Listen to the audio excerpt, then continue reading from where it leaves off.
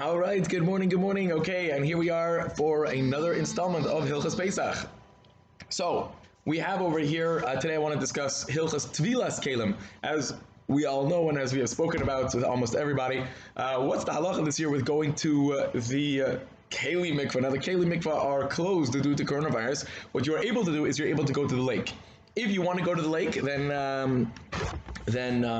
bring along Crocs and a bucket.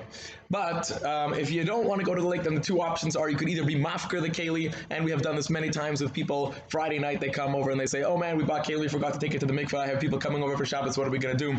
So the answer is you're just mafker it. You say, "I hereby do not own it," because the halacha is you only have to take kelim to the mikvah if you own them. So you want to go ahead and be mafker those kelim. And this way, they're not yours. It's just like going to a date, or you go to a hotel and you see a keli that is owned by the guy, and you take a drink out of it. How are you supposed to do that? The answer is because you don't own it. That's why you do not need tevilah. The second option is to put it on your mechiras chametz document that you're going to send to whoever, and you're going to go ahead and write, and also all kelim that did not go to the mikveh, that is also permitted. However, if you do that way, that can only be if it's not your cooking vessels. Okay, so what kelim need to go to the mikveh? The halacha is only kelim that are used in a food preparation that directly touch the food, or are used in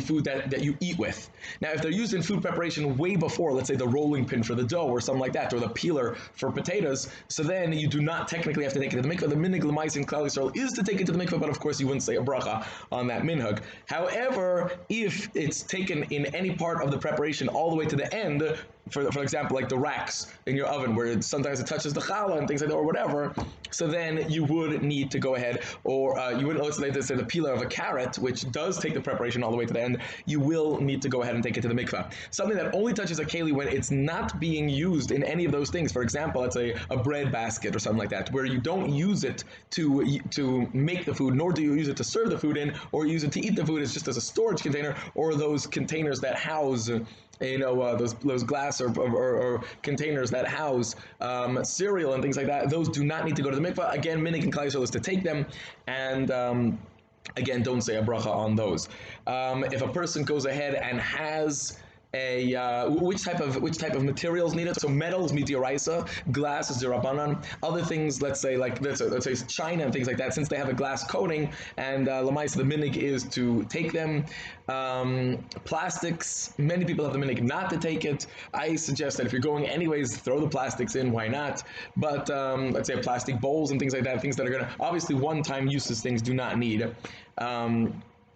But if you're taking hard plastics, then there's too many minhagim in Klal Yisrael. So most people don't take it, but definitely some people do, and you're able to do what you want. Anything that doesn't touch food at all, such as like a corkscrew, a can opener, you do not need to take. That includes, let's say, the grates on your oven. That you're not going to take those. However, the racks in the oven, the grates on your stovetop, the racks in the oven, though, the mice of the minhag is to take them because at times food does touch them.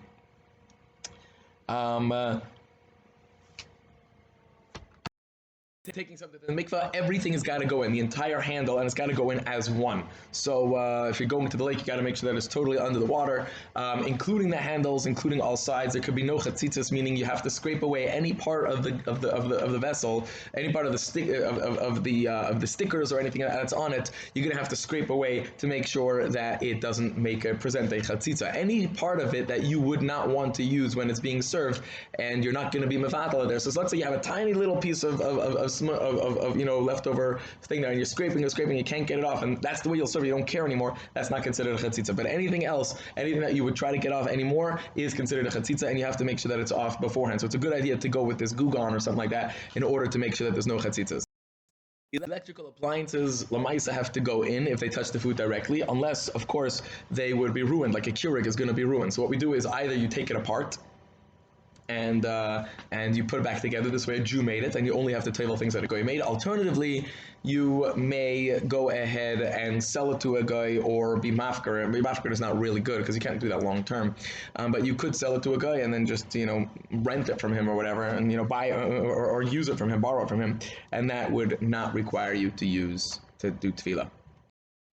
Who say that anything that gets plugged in doesn't need to be used, and some people rely on that for the Keurig or other big items like a mixture and things like that, because since it has a set place on your counter, so it's not considered a Keilim, it's considered part of the house or whatever, and it doesn't need to go get Tevilah.